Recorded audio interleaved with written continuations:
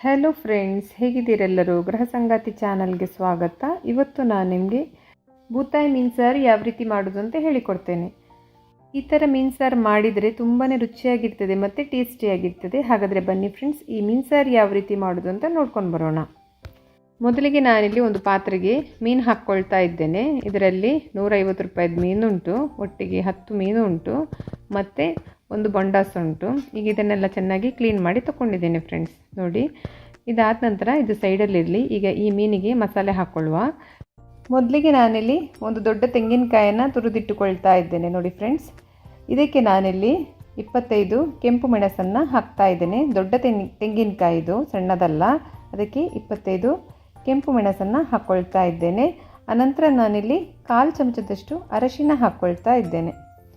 1/4 ಚಮಚದಷ್ಟು ಅರಶಿನ ಹಾಕಿದ ನಂತರ ನಾನಿಲ್ಲಿ 1.5 ಚಮಚದಷ್ಟು ಕೊತ್ತಂಬರಿಯನ್ನು ಹಾಕ್ತಾ ಇದ್ದೇನೆ. ಇದು ಹುರಿದ ಕೊತ್ತಂಬರಿ, ಲೈಟಲ್ಲಿ ನಾವು ಹುರಿತೇವಲ್ಲ ಅದೇ ಕೊತ್ತಂಬರಿದು 1.5 ಚಮಚದಷ್ಟು ಹಾಕಿದರೆ ಸಾಕಾಗ್ತದೆ. ಈ ಥರ ನಾವು ಕೊತ್ತಂಬರಿಯನ್ನು ಹುರಿದಿಟ್ಟರೆ, ಡಬ್ಬದಲ್ಲಿ ಸ್ಟೋರ್ ಮಾಡಿಟ್ರೆ ಅದಕ್ಕೆ ಹುಳ ಎಲ್ಲ ಬರುವುದಿಲ್ಲ. ಈಗ ನಾವು ಅಂಗಡಿಯಿಂದ ಹಸಿ ಕೊತ್ತಂಬರಿಯನ್ನೆಲ್ಲ ತರ್ತೇವಲ್ಲ, ಡೈರೆಕ್ಟ್ ಡಬ್ಬದಲ್ಲಿ ಹಾಕಿಟ್ರೆ ಕ್ರಮೇಣ ಅದರಲ್ಲಿ ಹೊಟ್ಟೆ ಬಿದ್ದು ಹುಳ ಎಲ್ಲ ಆಗಲಿಕ್ಕೆ ಸ್ಟಾರ್ಟ್ ಆಗ್ತದೆ. ಅದಕ್ಕೆ ಕೊತ್ತಂಬರಿ ತಂದ ನಂತರ ನಾವಿಲ್ಲಿ ಹುರಿದಿಟ್ಟು ತಣ್ಣಗಾದ ನಂತರ ಡಬ್ಬದಲ್ಲಿಟ್ಟರೆ ಸೇಫ್.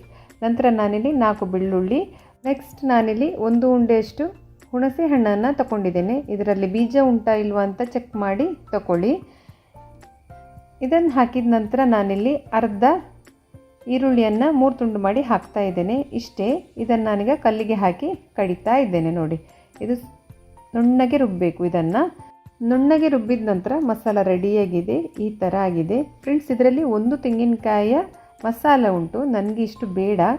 ಅದಕ್ಕೆ ನಾನಿಲ್ಲಿ ಒಂದು ಡಬ್ಬದಲ್ಲಿ ಹಾಕಿ ಸ್ಟೋರ್ ಮಾಡ್ತಾ ಇದ್ದೇನೆ. ಒಂದು ಸ್ವಲ್ಪ ಮಾತ್ರ ತೆಗೆದಿಡ್ತಾ ಇದ್ದೇನೆ. ಯಾಕೆಂದರೆ ನಾವಿಲ್ಲಿ 4 ಜನ ಇರೋದು. 4 ಜನರಿಗೆ ಎಷ್ಟು ಬೇಕಂತ ನೋಡಿ ಅಷ್ಟು ಮಸಾಲನ್ನು ತೆಗೆದಿಟ್ಟು ಉಳಿದ ಮಸಾಲನ್ನೆಲ್ಲ ಡಬ್ಬದಲ್ಲಿ ಹಾಕಿ ಫ್ರಿಜ್ಜಲ್ಲಿ ಇಡ್ತಾ ಇದ್ದೇನೆ. ಫ್ರಿಜ್ಜಲ್ಲ, ಕೆಳಗೆ ಅಲ್ಲ, ಫ್ರೀಝರಲ್ಲಿ ಸ್ಟೋರ್ ಮಾಡಿಟ್ಟರೆ ನೆಕ್ಸ್ಟ್ ನಾವು ಯಾವಾಗ ನೋಡಿ ಮೀನು ಸಾರು ಮಾಡ್ತೇವೆ ನೋಡಿ, ಆವಾಗ ನಾವು ಯೂಸ್ ಮಾಡ್ಕೊಳ್ಬೋದು. ಈಗ 4 ಜನರಿಗೆ ಇಷ್ಟು ಮಸಾಲೆ ಸಾಕಾಗ್ತದೆ. ಈಗ ನಾನಿಲ್ಲಿ ಮಣ್ಣಿನ ಪಾತ್ರೆಯನ್ನು ತೊಗೊಂಡಿದ್ದೇನೆ. ಅದಕ್ಕೆ ಅರ್ಧ ಶುಂಠಿ, ಅನಂತರ ಒಂದು 2ರಿಂದ 3 ಕಾಯಿ ಮೆಣಸು, 2 ಎಸಳಷ್ಟು ಕರಿಬೇವಿನ ಎಲೆಯನ್ನು ಚೆನ್ನಾಗಿ ಗುದ್ದಿ ಹಾಕ್ತಾ ಇದ್ದೇನೆ ಪಾತ್ರೆಗೆ. ನಂತರ ನಾನಿಲ್ಲಿ ಅರ್ಧ ಈರುಳ್ಳಿಯನ್ನು ಕಟ್ ಮಾಡಿ ಹಾಕ್ತಾ ಇದ್ದೇನೆ. ಈಗ 1 ಈರುಳ್ಳಿ ಒಟ್ಟಿಗೆ ಆಗ್ತದೆ. ಅದರಲ್ಲಿ ಅರ್ಧ ಈರುಳ್ಳಿ ಫಸ್ಟಿಗೆ ಕಡಿವಾಗ ಹಾಕಿದ್ದೇನೆ. ಈಗ ಅರ್ಧ ಈರುಳ್ಳಿ ಕಟ್ ಮಾಡಿ ಹಾಕಿದ್ದೇನೆ. ಅನಂತರ 1 ಟೊಮೆಟೊ ಕಟ್ ಮಾಡಿ ಹಾಕಿ ಚೆನ್ನಾಗಿ ಕೈಯಲ್ಲಿ ಈ ಥರ ಕಿವುಚ್ಕೊಳ್ಬೇಕು. ಈ ಥರ ಕಿವುಚಿದ್ರೆ ಸಾರು ಉಂಟಲ್ಲ ತುಂಬಾ ರುಚಿಯಾಗಿರ್ತದೆ. ಚೆನ್ನಾಗಿ ಕೈಯಲ್ಲಿ ಕಿವುಚಿದ ನಂತರ ನೆಕ್ಸ್ಟ್ ಈಗ ನಾವು ಕಲ್ಲು ಕಡೆದ ನೀರು ಉಂಟಲ್ಲ, ತೊಳೆದ ನಂತರ ಇದ್ದ ನೀರುಂಟಲ್ಲ, ಅದನ್ನು ಫಸ್ಟಿಗೆ ಹಾಕಿ ನಾನಿಲ್ಲಿ ಕುದಿ ಬರಲಿಕ್ಕೆ ಇಟ್ಟಿದ್ದೇನೆ ಗ್ಯಾಸ್ ಮೇಲೆ. ಈಗ ನಮಗೆ ಎಷ್ಟು ಬೇಕಂತ ನೋಡಿ ಅಷ್ಟು ಮಸಾಲೆಯನ್ನು ಹಾಕ್ಕೊಳ್ಬೇಕು. ಈಗ ನಾನು ಮೀನು ಮಸಾಲೆಯನ್ನು ಹಾಕ್ಕೊಳ್ತಾ ಇದ್ದೇನೆ. ನೋಡಿ, ಹಾಕಿದ ನಂತರ ನಮಗೆ ಯಾವ ಹದ ಬೇಕು ಆ ಹದಕ್ಕೆ ನೀರು ಹಾಕಿ ಮಿಕ್ಸ್ ಮಾಡಬೇಕು. ಹದ ನೋಡ್ತಾ ಇದ್ದೇನೆ, ಎಷ್ಟು ಹದ ನೋಡಿ ನೀರು ಹಾಕ್ಕೊಳ್ಬೇಕು. ಹಾಕಿದ ನಂತರ ನಾನಿಲ್ಲಿ ರುಚಿಗೆ ತಕ್ಕಷ್ಟು ಉಪ್ಪು ಹಾಕ್ತಾ ಇದ್ದೇನೆ. ಫ್ರೆಂಡ್ಸ್, ಈಗ ಮೀನು ಸಾರು ಸ್ವಲ್ಪ ನೀರಿದ್ರೇ ಒಳ್ಳೆಯದು. ಯಾಕೆಂದರೆ ಕುದಿ ಬಂದ ನಂತರ ತಣ್ಣಗಾಗ್ತದಲ್ಲ, ಆಗ ದಪ್ಪ ಆಗ್ತದೆ. ಅದಕ್ಕೋಸ್ಕರ ಫಸ್ಟಿಗೆ ನಾವು ದಪ್ಪ ಇಟ್ಟರೆ ಪುನಃ ದಪ್ಪ ಆಗ್ತಾ ಹೋಗ್ತದೆ. ತುಂಬ ದಪ್ಪ ಇದ್ದರೆ ಸಾರು ಅಷ್ಟು ಒಳ್ಳೆಯದಾಗೋದಿಲ್ಲ. ಅದಕ್ಕೋಸ್ಕರ ಈ ಕನ್ಸಿಸ್ಟೆನ್ಸಿಯನ್ನು ನಾನು ಇಟ್ಕೊಂಡಿದ್ದೇನೆ. ಈಗ ನೋಡಿ, ಮಸಾಲೆ ಎಲ್ಲ ಕುದಿ ಬರ್ತಾ ಉಂಟು. ಕುದಿ ಬಂದ ನಂತರ ಉಪ್ಪೆಲ್ಲ ಸರಿ ಉಂಟಾ ಇಲ್ವಾ ಅಂತ ಚೆಕ್ ಮಾಡ್ಕೊಳ್ಳಿ. ಚೆನ್ನಾಗಿ ಕುದಿ ಬಂದ ನಂತರ ನಾನಿಲ್ಲಿ ಕ್ಲೀನ್ ಮಾಡಿಟ್ಟ ಮೀನು ಉಂಟಲ್ಲ ಅದನ್ನು ಹಾಕ್ಕೊಳ್ತಾ ಇದ್ದೇನೆ. ಹಾಕಿ ಈಗ ಜಸ್ಟ್ ಈ ಥರ ಸೌಟನ್ನು ಹಾಕಿದೆ. ಫುಲ್ಲು ಸೌಟ್ ಹಾಕಿ ಎಲ್ಲ ಮಿಕ್ಸ್ ಮಾಡ್ಕೊಳ್ಳೋಕ್ಕೆ ಹೋಗೋದು ಬೇಡ. ಈಗ ಮೀನು ಹಾಕಿದ ನಂತರ ಚೆನ್ನಾಗಿ ಕುದಿ ಬರಲಿ.